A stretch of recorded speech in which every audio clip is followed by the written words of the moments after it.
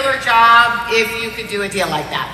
I mean, exactly. There's a lot of people that, you know, are really inspired to, maybe they're working in a JOB and they really want to get out of that and they want to work towards that. So maybe you could just give like 3 tips to people about what the best thing is for them to do if they're starting out as a flipper. Well, tip number 1 you guys are doing right now, and that is attending seminars like this and getting educated.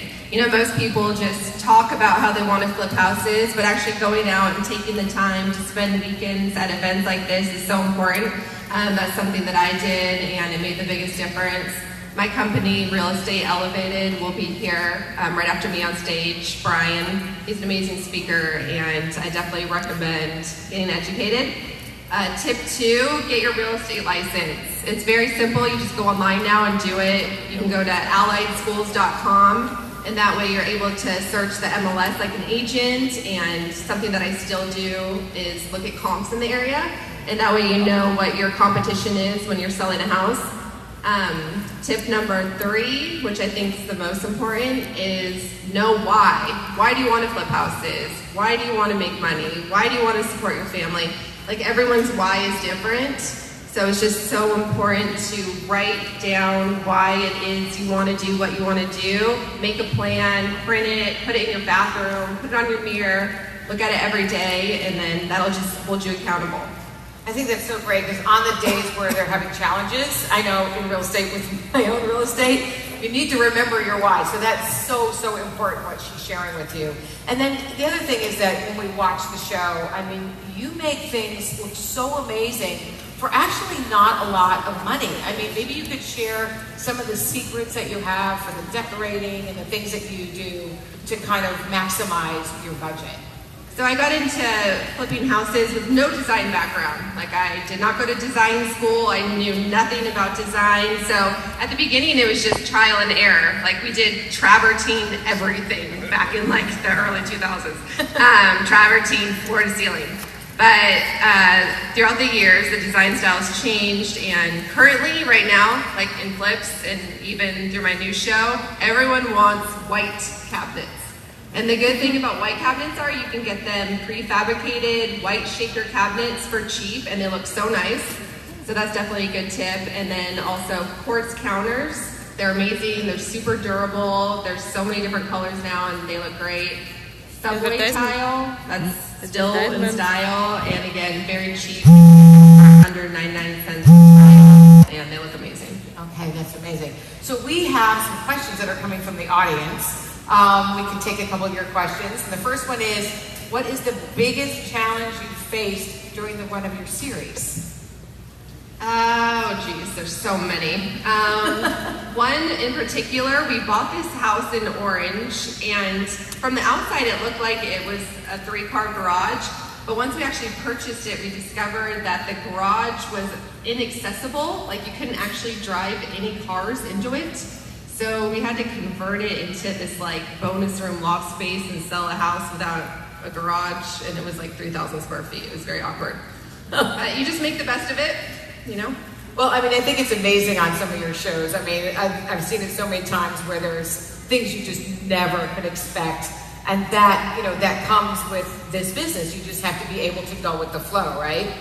I think the other thing that people might like to know is if you had any specific mentors in your career. I mean, and if you did, what is the best advice that they ever gave you? So I used to go to seminars like this all the time, and one man in particular was Mike Ferry. I'm not sure if you guys ever heard of him, but yeah, he's a big real estate coach.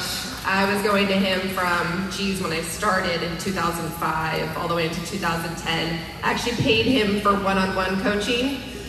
The biggest thing is he always talked about not having an ego and putting your ego aside, and everything was a numbers game. You could make 100 phone calls, and then it was that 101, that phone call 101, where you got the deal. It was just showing up every day, doing your job, staying motivated, and having someone, an accountability friend, to hold you accountable as well. Okay, that's great. And then the other thing is that I think that a lot of people watch your show and they watch your experience and they think, well, she's never had any bad deals or challenges or things like that. So maybe you could share about like if there ever was a failure. Well, guys, I've had a lot of challenges. I mean, okay. They don't necessarily see what goes on behind the scenes, but I think for people, to really understand, not every deal is going to be that $350,000 deal. Maybe you could share one specific, or how many times have you had that happen to you?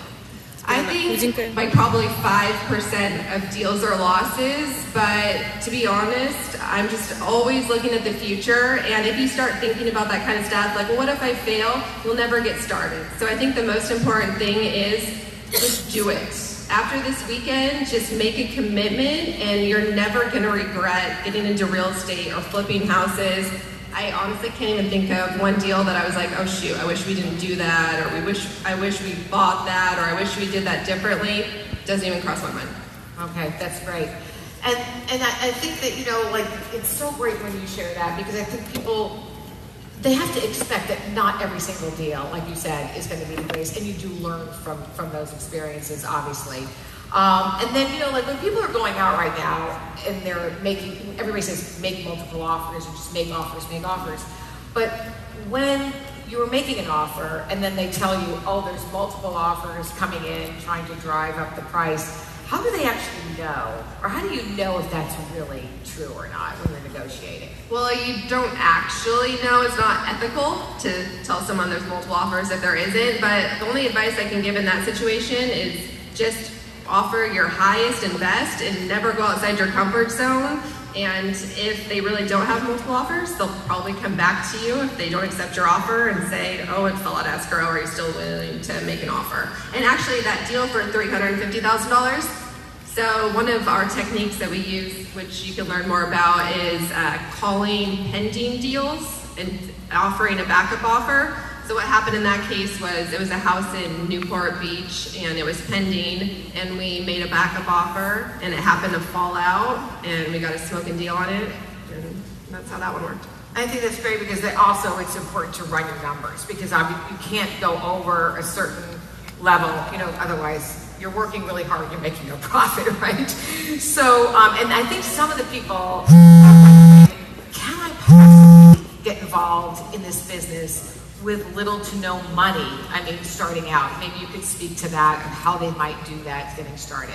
Yeah, that's definitely something that in the breakout rooms you're going to learn a lot more about, but just the quick answer would be wholesaling. Wholesaling you can do with little to no money, and that's a quick way to make good cash flow in real estate. Another way, which we did at the beginning, is finding these deals and presenting them to friends, family, realtors, going to the auction where you know that people have large amounts of cashier's checks in their pockets, and presenting these deals to them.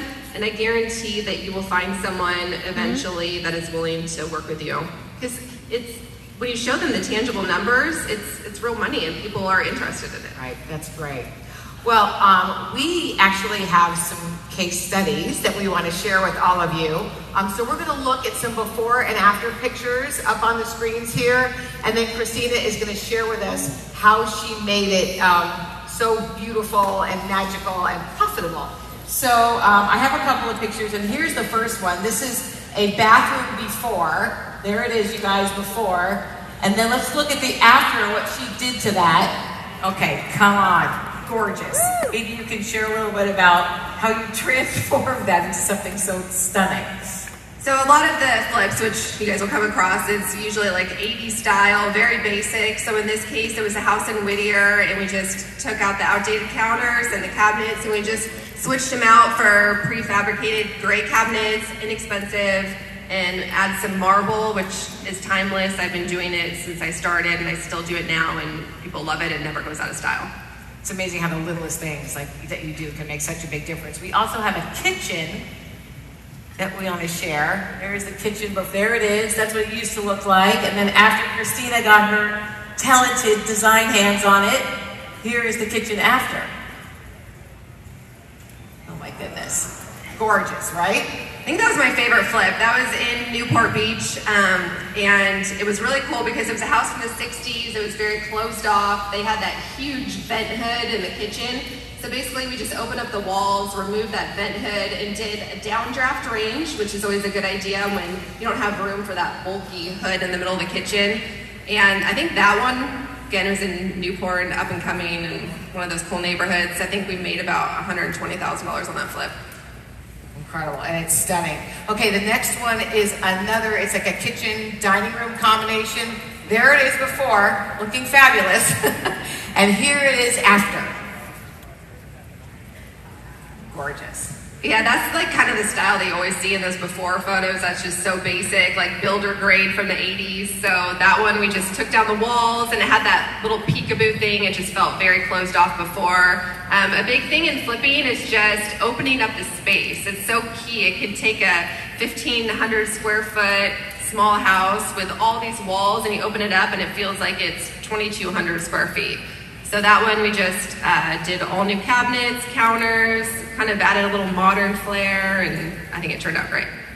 And you know, I think some people get frightened of knocking down walls. Maybe you can explain, because a lot of people don't understand. It's not like you have to, I mean, if it's not a load-bearing wall, you know, it's not that expensive to knock the wall down, right? If it's not load-bearing, it could be only about $1,000. Load-bearing can go anywhere from $5,000 to $10,000. So it's very important to have a contractor with you and they can assess if it is or not. You don't want to just remove a wall without finding out, because that could get very costly. But if it is load bearing, there's always ways around it. Like in that case, you could have made that peekaboo window a lot bigger and did an overhang. So there's just so many ideas. I highly recommend, if you're just getting started, that you check out Pinterest or Houzz and you type in certain keywords and you're going to get all kinds of ideas. And if you're visual, that's really helpful. Okay, great. Now we have a living room that we're going to look at. There it is before, and then after. Oh, beautiful. So that's just really, it's pretty simple. It had that fireplace, just looked super outdated. So we removed that design feature they had and just tiled it all the way up and did new flooring, and staging in that case made a huge difference. And staging can be expensive, so it's really a house by house basis, but it always does look like 10 times better staged. And do you recommend that, I mean, have you ever sold a house without staging it? I mean, do you find that you really think it's best to stage it? Even when I sold my own house, I had it staged. I do just think it makes a big difference, because when buyers walk in, they want to be able to visualize themselves in the space, and some people just don't have the vision, so I do think it's worth it.